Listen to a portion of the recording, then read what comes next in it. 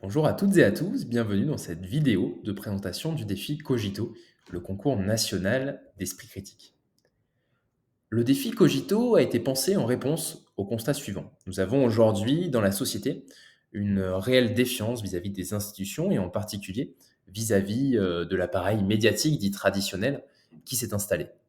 Sur une statistique pour illustrer ce constat, seuls 37% des Français disent faire confiance aux médias sur les grands sujets d'actualité.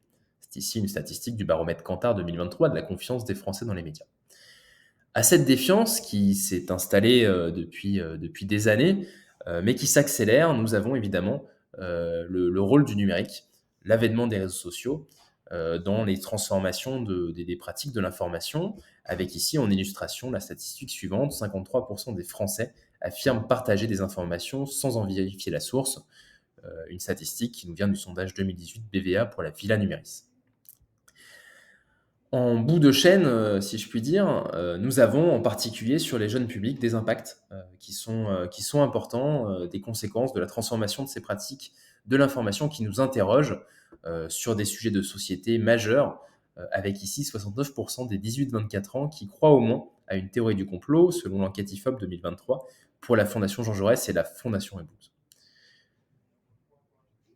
Développement de la défiance, finalement dans les médias, avènement des réseaux sociaux, transformation de la pratique de l'information, par le numérique et enfin, conséquences, sur, les fondements mêmes, finalement de la citoyenneté. Voilà, de manière résumée assez simplement, le défi, auquel s'attaque justement le défi Cogito. Ce défi Cogito propose en réponse à ce constat de travailler la question, la grande compétence de l'esprit critique, en vue du coup d'accompagner l'émancipation des jeunes, en particulier âgés de 18 à 24, de 15 pardon, à 24 ans. Nous avons trois grands bénéfices que nous avons ciblés ici dans ce grand concours, à travers justement le développement de l'esprit critique. Donc le premier, c'est de permettre aux jeunes de découvrir la richesse et le potentiel à la fois personnel mais aussi professionnel d'une lecture éclairée de l'information. Lire l'information, sélectionner les sources, vérifier ses sources, vérifier l'information, comparer des points de vue, comparer des lignes éditoriales, les mettre en perspective.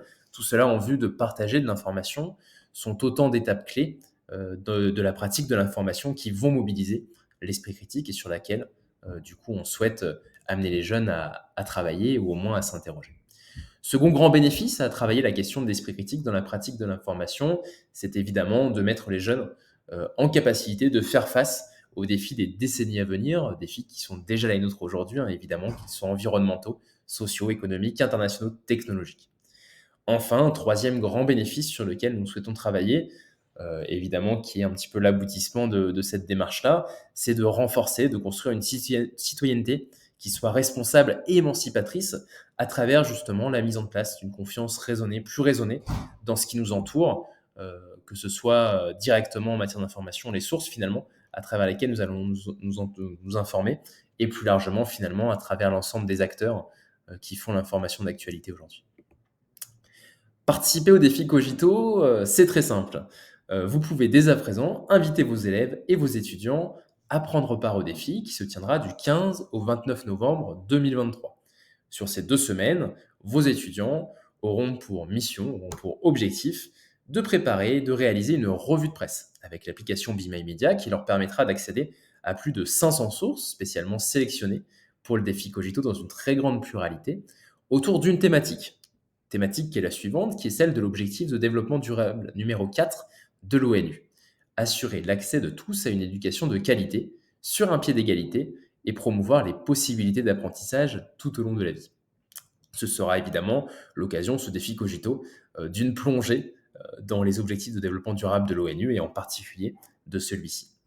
Ce concours est organisé autour de 5 prix qui correspondent chacun à un niveau de public particulier. Nous avons un premier prix pour le niveau secondaire, principalement les lycéens, mais également ouvert aux collégiens. Un second prix pour les étudiants de niveau licence, niveau bac à bac plus 3. Un troisième prix pour les étudiants de niveau master, cette fois-ci évidemment de bac plus 4 à bac plus 5. Et un quatrième prix pour tous les publics qui participeraient au concours à travers une structure d'éducation populaire, quelle qu'elle soit, quel que soit le dispositif. Nous avons enfin mis en place un cinquième prix transversal, cette fois-ci le prix du jury, qui viendra récompenser une revue de presse qui nous aura particulièrement marqué. Ce concours, ce défi Cogito, se conclura par une cérémonie de remise des prix et une conférence qui sera organisée en décembre 2023 autour de la thématique de l'esprit critique. Détaillons un petit peu le calendrier du concours. Donc, nous sommes évidemment actuellement dans la phase de présentation de l'événement, mais les inscriptions sont d'ores et déjà ouvertes, d'ores et déjà possibles. Elles seront ouvertes de mi-septembre, donc, à fin novembre, la fin du concours. L'inscription est uniquement possible par les enseignants, les formateurs ou les professionnels des structures d'éducation populaire qui accompagneraient les publics. L'inscription ne peut pas être individuelle, elle ne peut pas être faite directement par un jeune qui aurait le souhait de participer au concours.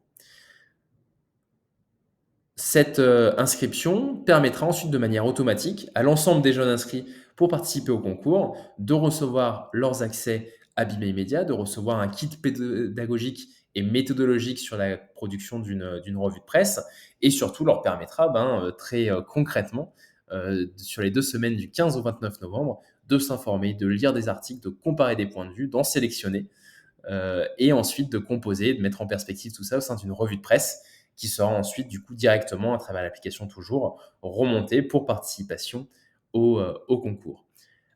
Les inscriptions sont possibles jusqu'à la fin du concours, mais évidemment, plus elles tarderont à intervenir, moins de temps auront les participants pour préparer et réaliser leur revue de presse.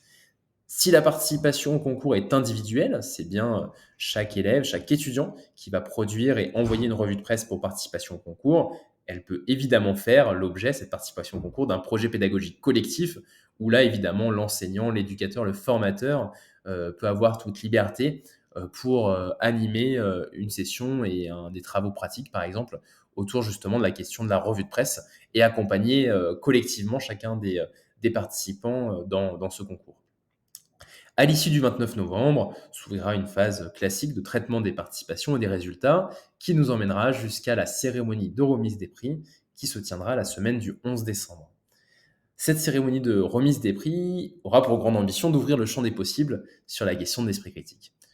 Donc, cette cérémonie débutera évidemment par une session de remise des prix à chacun des lauréats sur chacun des 5 prix que je vous ai cités précédemment. S'en suivra une table ronde autour de la thématique de l'esprit critique qui aura pour vocation à inviter les participants, mais surtout, aussi et surtout, les enseignants, les formateurs, les éducateurs qui auront accompagné les publics sur cette question de la pratique de l'information, sur la mobilisation de l'esprit critique à travers celle-ci et finalement sur l'ensemble des bénéfices personnels, professionnels et citoyens qu'elle permet. Cette table ronde réunira 4 invités, par ailleurs membres du jury, qui sont experts du journalisme, du numérique, de la pédagogie et des sciences cognitives et qui nous apporteront chacun leurs éclairages respectifs. Cet événement, s'il sera organisé à Paris en présentiel et ouvert à tous très librement, fera également l'objet d'une retransmission en direct pour permettre à un plus grand nombre de personnes de le suivre. Voilà. Si vous souhaitez en savoir plus, nous vous invitons tout d'abord, évidemment, à découvrir la page web de présentation du défi Cogito qui contient l'ensemble des informations utiles et nécessaires et qui contient notamment le formulaire d'inscription au défi. Nous vous transmettons ici aussi les contacts de la personne dans l'équipe qui est en charge de l'organisation du défi Cogito. Il s'agit de Julien Monveneur et vous avez ses coordonnées qui s'affichent à l'écran. Voilà, j'en ai terminé pour cette vidéo de présentation. Je n'ai plus qu'à vous souhaiter une belle participation au défi Cogito.